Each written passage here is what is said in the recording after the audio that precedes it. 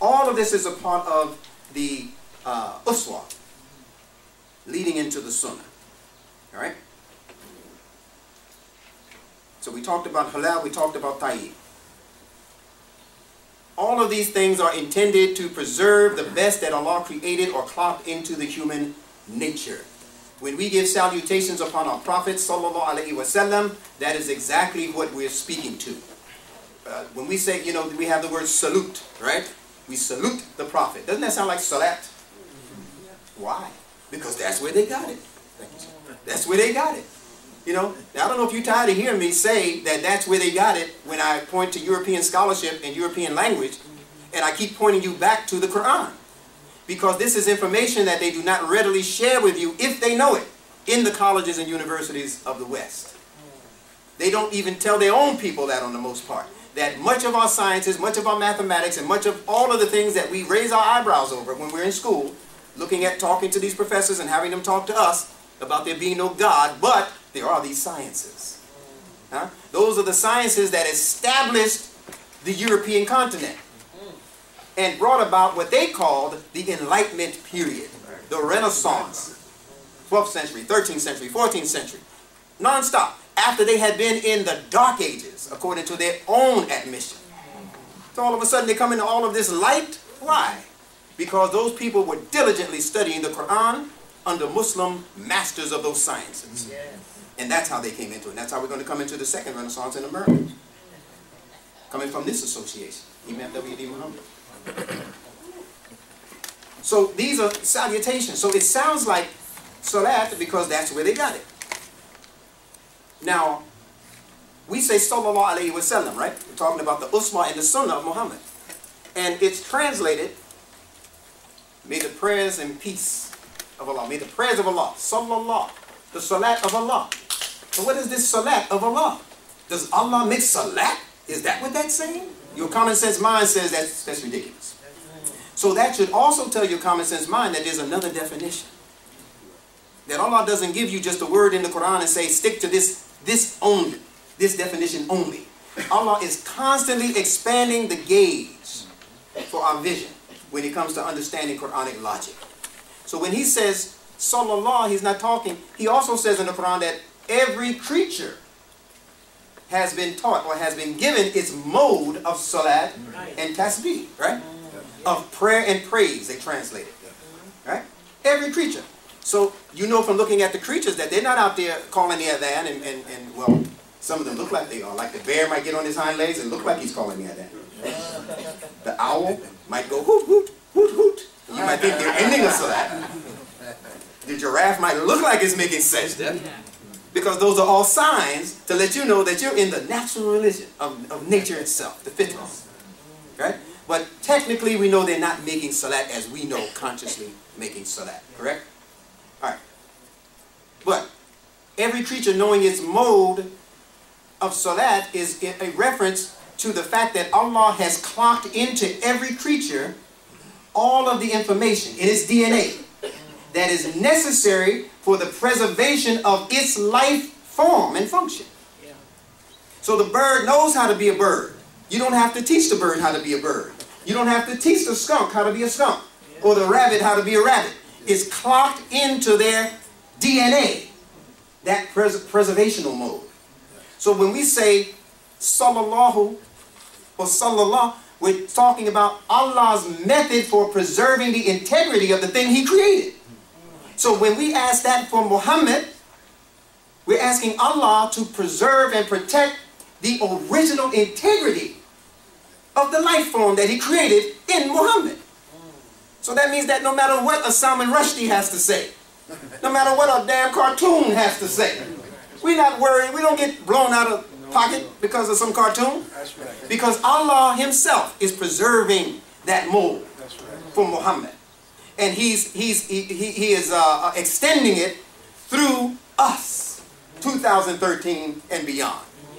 So you are now that Muhammad. Don't be shy about it. You have to take on the mantle and the responsibility that Muhammad the Prophet took on. In his USWAH first, because that's the foundation. So if we don't show the kind of care and concern for each other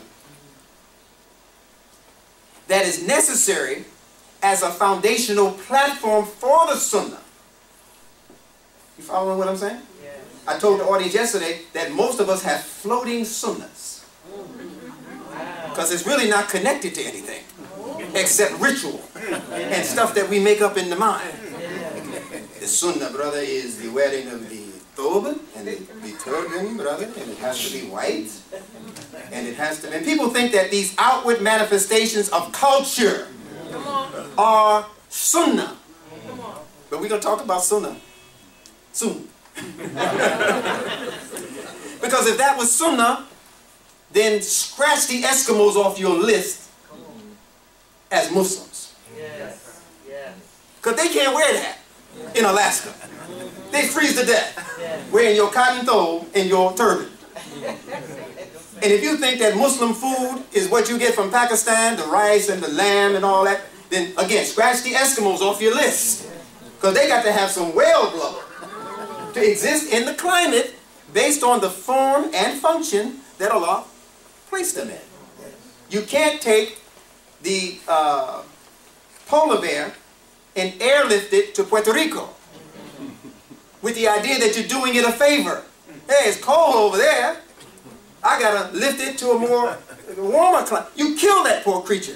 Why? Because its form is created that way so that it could function in the environment that Allah created for it.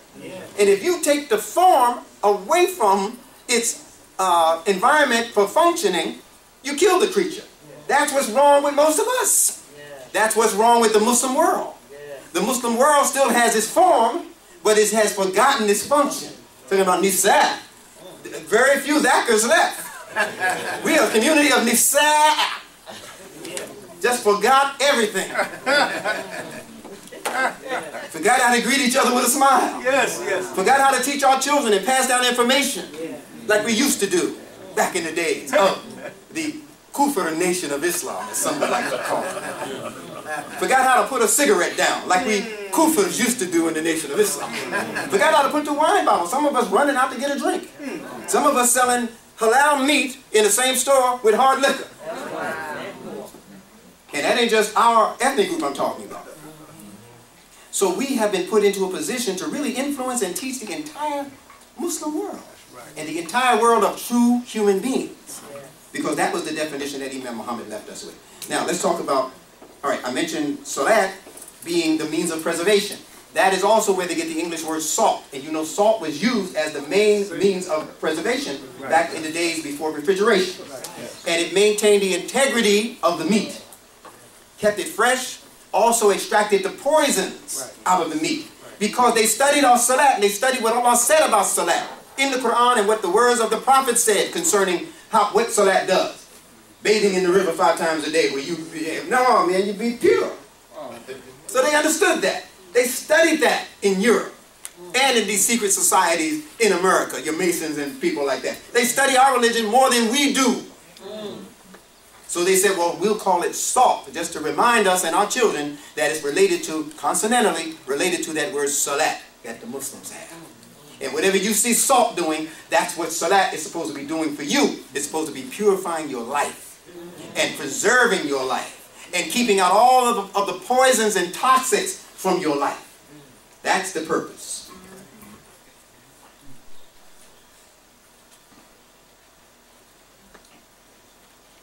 So this word Sunnah, where does it come from?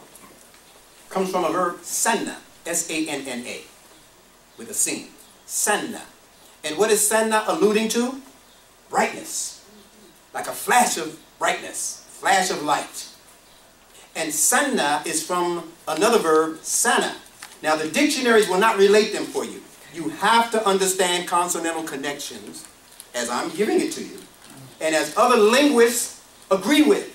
More and more Arabic linguists and English linguists are agreeing with what I have been saying for the past, and not because they heard me, obviously, but I've been saying this for the past at least 6-7 years, that these words are consonantally connected. Words begin as small words, and they graduate to become larger words. And that's common sense. I got that common sense from Imam Muhammad. He said, if you want to know how society grows and evolves, study the infant. So I studied the infant. And I said, man, when my child started talking, he didn't talk in multi-syllabic, multi-consonantal phrases to begin with. He spoke in utterances. Right? Matter of fact, the first sound that baby makes when it comes out of his mother's womb is the cry. So that tells me that the first human sound was a vowel, not a consonant. A consonant, you have to bring your mouth together and touch some other part of the mouth for it to be a consonant. It has to connect. But has no connection. The first connection comes when that baby latches onto that mother's breast. So the baby goes from to So I believe the first consonant was me. Now what does that tell you? That the first human word must have been mama. So that's how he came up with that word. Human beings say that's how she became ma. And most languages around the world have the word ma for mother. All right. Okay? So it's common sense is what I'm saying. And that's a finding from a student of Imam W.D. Muhammad. I'm looking at him. I've never heard that anywhere, but I believe I can establish that as a fact in history, that the first human word was mother. So mothers, don't worry when that baby goes dada. And you say, why is he calling dada first and I've been changing his stinky diapers, staying up all night? No matter what, the first human word was the word for mother. Unless you fed your baby Similac, Soyalac, and all of those other lacking feelings. But if you did the fitra thing and breastfed, your baby's first word was mama. All right. Alhamdulillah. So Sunnah is referencing the tie to the word Sunnah, and Sunnah means brightness, and Sana, S-A-N-A, means teeth. Teeth. Because of the brightness or the glow of the smile, or the teeth, the radiance. Now, everything has a concrete meaning, or I should say that everything that has a concrete meaning also has an abstract meaning. And the abstract meaning for teeth is intellect. Imam Muhammad said we live in an abstract world, not a concrete world. The human being, because the human being has a mind. And the mind has to reflect on those things that are mostly abstract. In fact, he said that we are invisible creatures more than we're visible creatures. The nafs is not tangible like this body is. Right? All right. So, why is the intellect the abstract version of the teeth? Because the teeth are used to break big chunks of things down into more manageable sizes so that the body can work with it, right? Well, that's what your intellect does with information. It takes big ideas, big concepts, and it begins to chew on it. Sometimes you have that in your expression, right? Man, let me think on it. I got to chew on that for a minute. Right? I can't just swallow everything you're saying. It's in the language, but we don't understand the connection, right? All right, so you have this process in the intellect. So the abstract idea for teeth is the intellect. Now, why am I saying that? Because sana is teeth. On the abstract level, it means intellect. So what is the sunnah? The sunnah is that which you are processing intellectually about your deen. See, the USWAH is in your subconscious. It's in your unconscious. It's just your nature. It's your fitrah. But to practice sunnah, you got to be conscious. Who taught us that? Imam Muhammad. In teaching us the difference between fard and sunnah. He said fard is that which your nature calls for, but sunnah is that which an enlightened conscience demands of you. And that's why you can't make your sunnah prayer unless you know what you're doing. You make fard all day long. You're looking at the imam, you don't know, you're looking at the person next to you, right? But if you go make your sunnah prayer, you had better know what you're doing consciously. That right there tells you that sunnah is related to the conscious mind. And that is why I believe that man, Johann Bayer, who gave us the term sun, that he extracted from his study of the word sunnah, because he saw the sun as being like heavenly consciousness. It lights up the environment. It shows you what's what. It controls the weather. It does all of these other things, right? That's what your consciousness is supposed to do. So my time is up. I thank you. If you want to know anything else about anything that I've said, I got a bunch of CDs and DVDs. Yeah, I got a bunch of them. All right, so inshallah, we'll see you later on with that. But thank you for this time that you've given me, and I'm really honored to have been here and spoken before what I consider to be a body of scholars, male and female, and not only the ones on the behind the dais, but also those of you in the audience. I have tremendous respect for the intellects that are sitting among us. I haven't seen Mustafa Al-Amin in a minute, a few years, but that man, I'm telling you, if he's got anything, you need to buy it out. You need to buy it up, because that man is awesome. Yeah, he's great. And I just want to thank my guest for coming out today. I just met him yesterday, Brother Umar. Raise your hand. Yeah, he's a brother who is finishing up on his PhD, or has finished a PhD, and he's from Saudi Arabia, and he'll be here for about another month in the United States. Then he's going back to Saudi to help his own folk. There you go. Now, if that don't tell you something, you'll never become awake. Yeah, you don't get all of this and then leave your community. You get all of this and you go back and help the people, no matter what shape they're in. Always wish for a brighter tomorrow. So I thank him because I just met him, and he said he would be here today, and he's kept his word, right? So we say takbir. Thank you once again. Assalamu alaikum.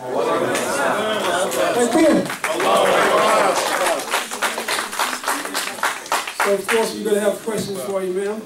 And then after the questions we'll have the dialogue session. So are there any questions for you? Yes? I don't think I want to just get more further about the form and function. You can go to from the use of the form and function. This is reality in life. You know, when you pray, for example, we pray, we go to like regular prayer, like what you call Salat 5 times is the requirement, right? And there is Sunnah, and there is also special Sunnah if you want to get something further. That is why human being has to pray, because they get the benefit. This why benefit to get into it, and to like nighttime prayer important because we can miracle. This is nighttime because people sleeping. This is I see from the 3 parts, not just one function of the. Is this a question for the email? Oh, just you want to ask me a question? Comment. Oh, okay, I'm sorry. Okay. Any other questions? Yes, ma'am. Yes, ma'am. In the first, under the leadership of Honorable Elijah Muhammad, do you remember when we had to salute the flag? Yes. Every time we passed the flag, we had to salute. Original salute. That's a miracle. Salute the national. Yeah, salute the national. Exactly. The sun, moon, and stars. Right? That's what was over us, right? Wasn't that the flag that hung on the walls when we went past, we had to salute it? Yes, ma'am. That's a miracle, brother. It was a concept. Freedom, justice, and equality equals Islam that we were saluting. And I hope we still are. Any other questions? Yes, sir. This is for Bilal, I'm sorry, you know. Yeah, for Bilal. No, we did yet. Not did yet. Let's This get for questions to him first, and then we'll have to I'm open up sorry. the dialogue. Yes. Okay, go ahead. For comments. For comments, yes. So, is there any more questions for the man, Bilal? You got a thorough job, huh? Oh, Yes. one question. Yes, sir. What books would you recommend on linguistics? That books that you look at to learn the relationship between the concept of connections. Are there some books that you would recommend over others? He's about to write. Yes, the one I'm writing. Okay. White book. July, beginning August, you'll have access to that. We've also began working on our own English Arabic lexicon. It's a tedious work, but we need that because Absolutely. what we're working with, may Allah be pleased with the people who put these things together, but English is not their forte. So when they began to translate a lot of these words, a lot of the real depth of the meanings get lost because of their inability to make that transition between languages. And a lot has just been lost historically, just lost in history, the meanings of things. You know, and Imam Muhammad gave us a good example of that when he told us about the word freedom, originally being freedom. But look at what the difference one letter makes. It went from being dome to being dumb.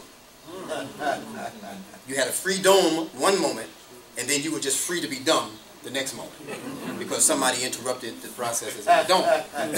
You understand? So imagine if that's just one letter taken away from one word in one language. Imagine what's been done historically all throughout the languages, and especially for Arabic and especially for Quranic definitions. Can I see a hand over here? Yes, sir. Yes, sir. Brother Imam, Yes. could you please enlighten us on the word you mentioned today on the C word, catch, how you have to form your mouth? And Oh, for the consonants? yes. Yeah, it's simple. It's very simple. The consonants are those letters that require you to make contact in the mouth. So if I say B, the lips have to make contact. If I say K, the back of the throat is making contact. If I say L, my tongue has to touch the top palate, right? And those are called consonants. Con means with, and sonant is from sonar, which means sound. So consonant means that which is pronounced with sound. But the ironic thing is that you can't pronounce a consonant without a vowel. So Imam Muhammad called the consonant the soul of the letter, because B is really just, but if you put the vowel E with it, then you have B, right? So the vowel is what you take the vowel with, because consonants are married to vowels, and vowels are feminine. Consonants are masculine. Consonants make contact like males go out and make contact in society. But the vowels are open. See, that's why the women shouldn't be exposed to just any old body. Because the nature of the woman is open.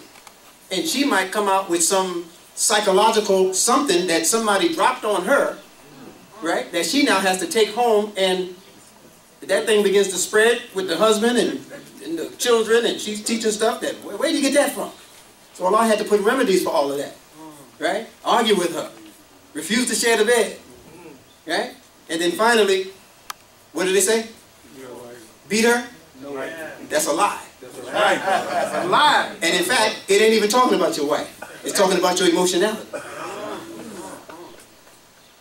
What to do when your emotions get out of pocket. You know how when you do something wrong and you first start talking to yourself? Oh, you know you shouldn't have looked at that sister like that, brother. That's you arguing with yourself. Your own emotionality. Then refuse to share the bed, meaning don't put yourself in a situation for that emotionality to replicate itself.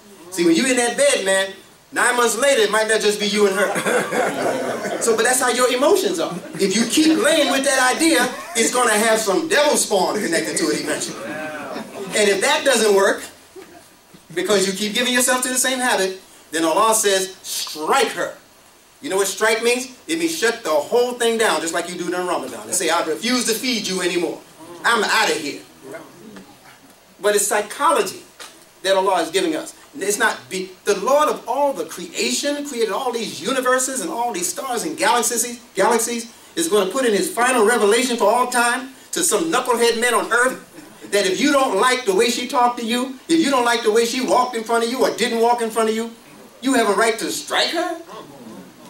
And then they make us really stupid with a toothbrush. The Lord of all the world said that? That's hard for me to digest.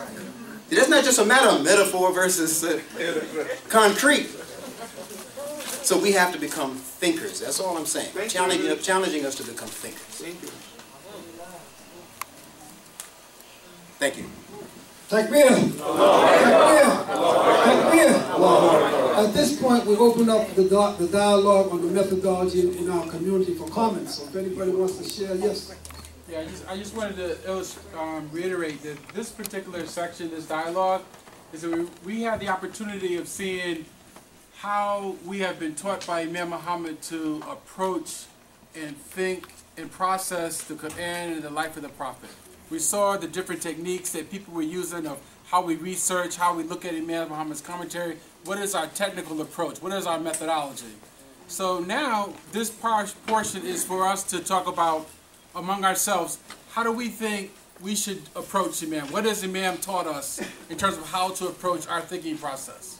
Okay, so that's what we'd like to share now, like we did before, with brief comments. Yes. One of the things I always said every week when I'm talking to Imam Kashif, sometimes 3 times a week. But Get the microphone. The other one. I always when I talk to Imam Kashif a lot. You know, he's my Imam, and he's my good friend. He's my cousin also. So I can speak to him. And me and his mother, the same way, old enough to be his father too. You know, so sometimes I put my father hat with him too.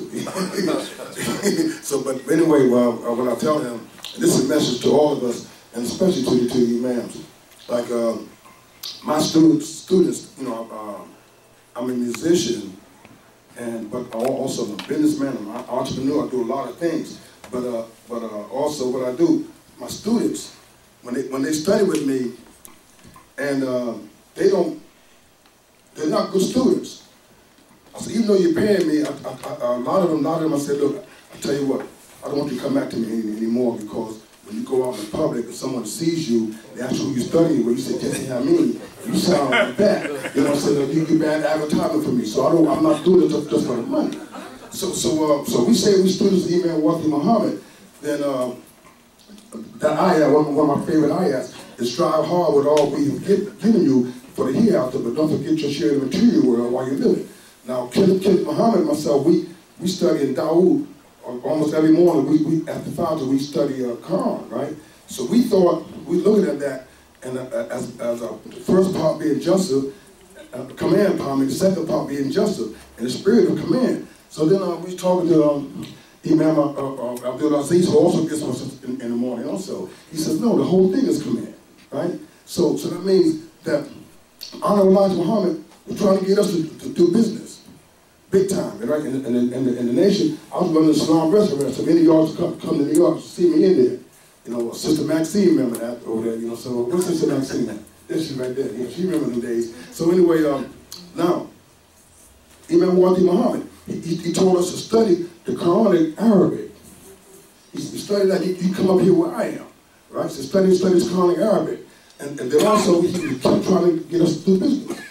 So CPC, I put my money in CPC. I might not never get it back, but I'm going to invest in something else too. If something else come on, I'm not going to stop because somebody did something like that. No, we got the bill. And when I speak, I don't see me, I see us. Anytime I'm speaking, I speak, it's us. So we have to do business. We got to, every single day, like I told Imam Kashif and Kenneth Muhammad, I said, look, we read Quran every morning. I said, no, I want at least one morning a week. We're going to read one little small ayat and then do business. And then we have to study. Sister Latoya, we're her husband, Imam Talib. We're the same class of Mali. 7 and Dawood and Dawood and Kenneth Muhammad. We're the same class of Mali. Every Saturday morning from 7 to 9, sometimes we go after 9, right? You know, we're trying to get this. So I try to encourage all of us to get into the Quran Arabic and try to understand it, but also do some business. We got to have some money, and the third thing, and threes, and we got to get some young people. But we got to do some business. We got to get some money in here, and that will have a residual effect. Thank you. My question would be to. This is just comments? Yeah. Oh, I got a whole lot of those, but I want to do one.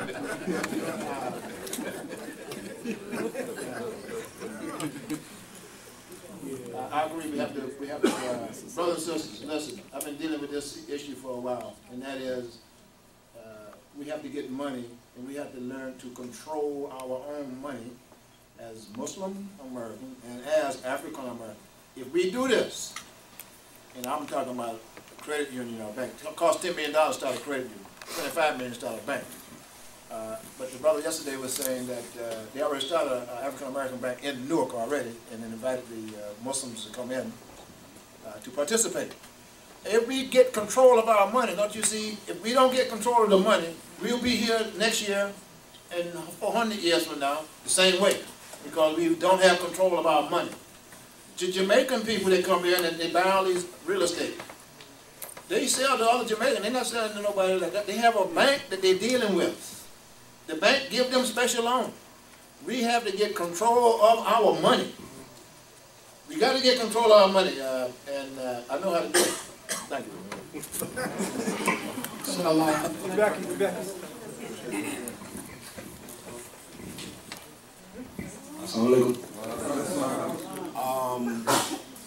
Once again, like I said yesterday, it's an honor to be in front of my elders. I get a little nervous in front of my elders because I'm probably the youngest in the room. But you know, I'm very emotional today because I have like all my teachers here.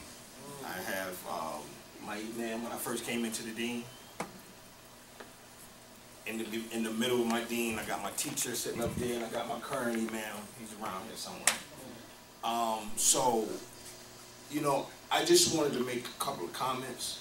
One is that, you know, it's a blessing. I love this Umar because, you know, sisters are able to get up and speak. They're able to get up and teach. And, you know, and sometimes, you know, us as men, we're not used to that. And sometimes we find ourselves, so we have to be careful, sometimes we find ourselves so quickly to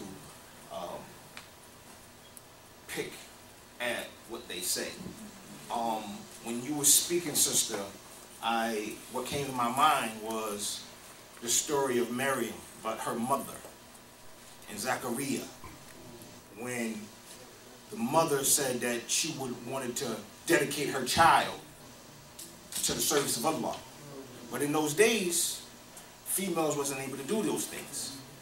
So when she had a daughter, she was like, well, I had a daughter, what am I going to do? So she was confused. And Zachariah took care of this lady. You understand me? And every time he came in her room, she had sustenance. So Allah blessed him with a son, Yahya. Yahya was the one who they say baptized Jesus, or did a thing with Jesus. He was the younger cousin. But through this, Miriam brought in Jesus. Through her came Jesus, who resurrected the children of Israel. But through the message of Jesus came the message of Muhammad sallallahu alaihi wasallam. Because through the scriptures, you can see where Jesus said, if I do not leave, then the Comforter was not come. Which is, we're talking about our prophet, our noble prophet, Prophet Muhammad.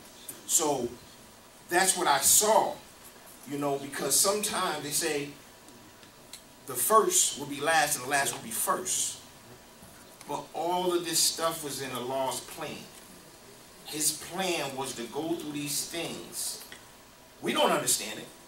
You know, we try to understand things, but our minds are limited.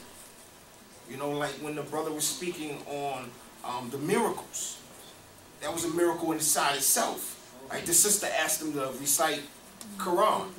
And the first time I met the brother, he led us in Quran, in the prayer. And I said, wow, this brother stutters, but when he prayed, he don't stutter. So I knew what this sister was getting at, and I was grabbing the brother. I already was telling her what the sister was going to say. I already knew because I seen it. You know, miracles inside itself. I believe deeply in the miracles. Because like I was saying last night, you know, my imam would say, you know, we was on a cruise. But 19-year cruise. But now I'm here. And I dreamed about this all of the time. Looking out a little window saying, dang, all I can see is gates. You know, all I see is cattle. We was like cattle walking the yard. But never seeing the bottom of a tree or dogs running in the grass or the grass, you know, blowing. Never getting to see these things. And, you know, I thought this was my fate. This is where I'm going to be for the rest of my life. This is where I'm going to be buried at. So I'm going to only be able to practice Islam on the cruise or in the penitentiary. But Allah, like I said last night, Allah had another plan. And now I'm here, my dream has come true. I'm able to go to conferences. You know, I'm able to mingle with different Muslims. You know, my wife, she hates Facebook. I wanted to go on Facebook just to meet Muslims. But I don't have to do that now. I can just jump in my car and go to a convention. Jump in my car, go to Boston, go to Brighton, go wherever it is where Islam is. You understand me? I'm trying to get there. I got a brother that came up from Jersey. I'm trying to get there. You know, but every time I come to one of these functions, I fall in love with my brothers and my sisters. You understand me? I fell in love with Brother Benjamin Bilal. Got all his CDs. And every time he gets some, I get some more. You know? But I'm just a sponge. I'm trying to learn everything I could possibly learn about this deen, because there's so much history in this room. What happens to the history if it's not passed off? If we as young men don't learn it from our elders, what's going to happen to it? It's going to be like our language. It's going to be like our history, our religion, wiped away. All people got a little inclination of where they came from, but we don't. But they want to crap on the Nation of Islam. They want to crap on those things that this brother did to get us to where we need to be. You know, because he came with something, and he planted a seed in somebody. And Imam Wardi Muhammad, all I see is the Sunnah. You know, and I keep telling people this, all I keep seeing is the Sunnah. A lot of people like to say what we're not doing, or, you know, but they don't know because they're not there. They don't have a clue. That's right. But if they just study and what he represented and what he brought, they would say, wow, this is the Sunnah. Because, you know, we don't have to continuously look outside of ourselves, I mean community-wise, outside, to find Islam. This was our birthright. You understand me? Allah purposely, he specifically gave an invitation to each one of us. A personal invitation. Because everybody's not going to get this invitation. But he's giving us an invitation. But it's what we're going to do with it. Right now, everybody wants to know about Islam. What is this Islam? All this stuff is going on about this Islam. What's going on? It's time for us to tell people what Islam is. Not getting it from the minority when they see some things that happen, because the only time something talks about Islam on TV is when it's something negative. But it's time for us to stand up and speak out and let everybody know what Islam is. Because Islam is beautiful. That's beautiful.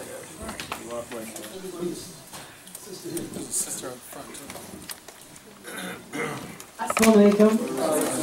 I would like to give a special nod of gratitude to Sister Latoya for what she said, and just add this comment as to the USWAH and how women practice it and are to practice it the same way that men do. One of the things that's really interesting about that is a lot of what has been given to the world as Islam is just that, Islam, but Al-Islam is what Allah gave us in the Quran. And in the Quran, there is, as she stated and as others have stated, there is no superiority of a man over a woman in Allah's religion, Al-Islam. In Deen al-Fitra, there is not. Allah made us different, but it doesn't say that one is better than the other, just different in terms of measures of strength and different in terms of the roles. So much of what has been given and continues to be given in the popular media as representation of women in Al-Islam is cultural. It is not religion.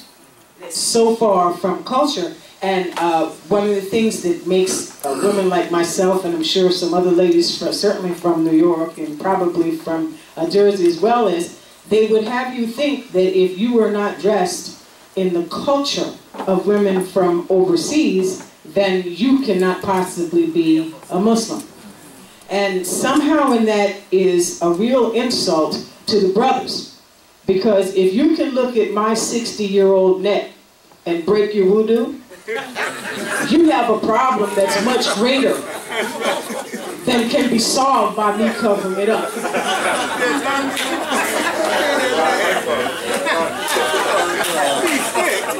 So alhamdulillah, in that same voice, we as women have a tremendous responsibility to project the right image, and I would say that the Hasanah image of Al-Islam, for the reason that people do not know that men folks are Muslim unless you are wearing your kufi.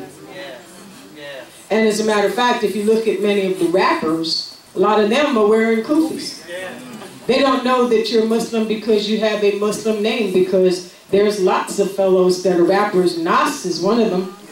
Nasir is his real name, if I'm not mistaken. And some of the things that I've heard him say do not mirror what I know is Allah's religion, al-Islam. But when you see a woman who is dressed modestly, you see a woman who comports herself and dresses herself, it gives you a whole nother feeling, and so people will come over to you, and the best dress, of course, as Allah has told us, is righteousness. So many of us have had the experience of going someplace and having someone saddle up to you and say, gee, you know, are you Muslim? Please don't be offended. I said, of course I'm not offended, dear heart. What? They said, well, I've never had a chance to get close enough to one of y'all and ask you, what is it that you do and why do you do what you do? The women, we are the purveyors of the culture of al-Islam, not the Islam that they're giving you. That's you'll hear it later on, that's a created thing. Allah gave us al-Islam. This other thing that they mentioned is Islam. It ain't ours. And a lot of the cultural things that you see, this is not to put the knock on anybody's culture. The cultures exist to keep a certain order in the societies where they exist. But I'm from New York City. You cannot oppress me. Ask my husband. And I guess any of the other sisters that came up through the teachings of the Honorable Elijah Muhammad, try to strike us lightly. Any 5 of y'all try to strike us lightly. Do we know how to deal with that, sisters? Don't go to sleep. Don't eat. Don't turn your back. So all that's to say that we have, just to incorporate that as well as what the gentleman said earlier, may Allah reward him, we do not have to give up our culture. And the culture, there's something in it that in this last sentence, there's something somewhat insulting about saying that we have to give up our culture in order to be a Muslim.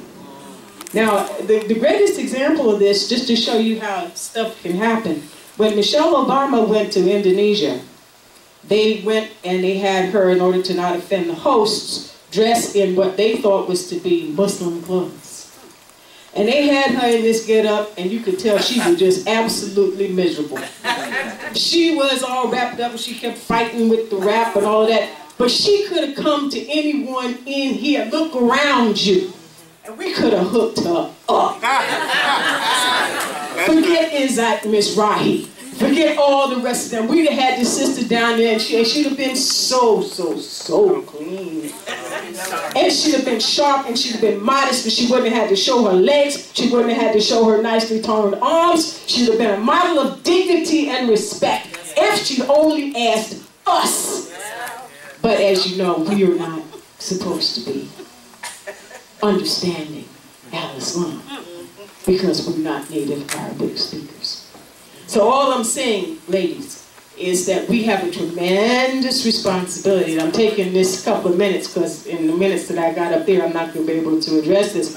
But we have a tremendous responsibility to keep our culture alive. Yes, ma'am. Yes. The best of it. Yes, the Harriet Tubman in it. Because the Sojourner Truth in it. All of these sister warriors, these sister soldiers, they covered their hair. They changed the world and they didn't give up their culture.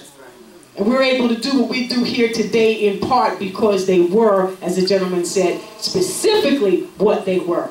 And they were not shahadas. They were not shahidins. They were just women who understood the mission. They had a wonderful USWAH. And they took what they had and they did what they could and they changed the world. So we're not apologizing for Jack.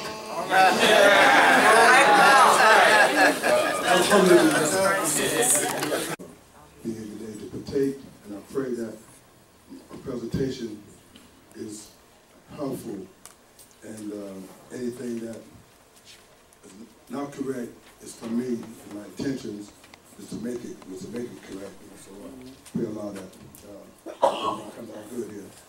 All right. So anyway.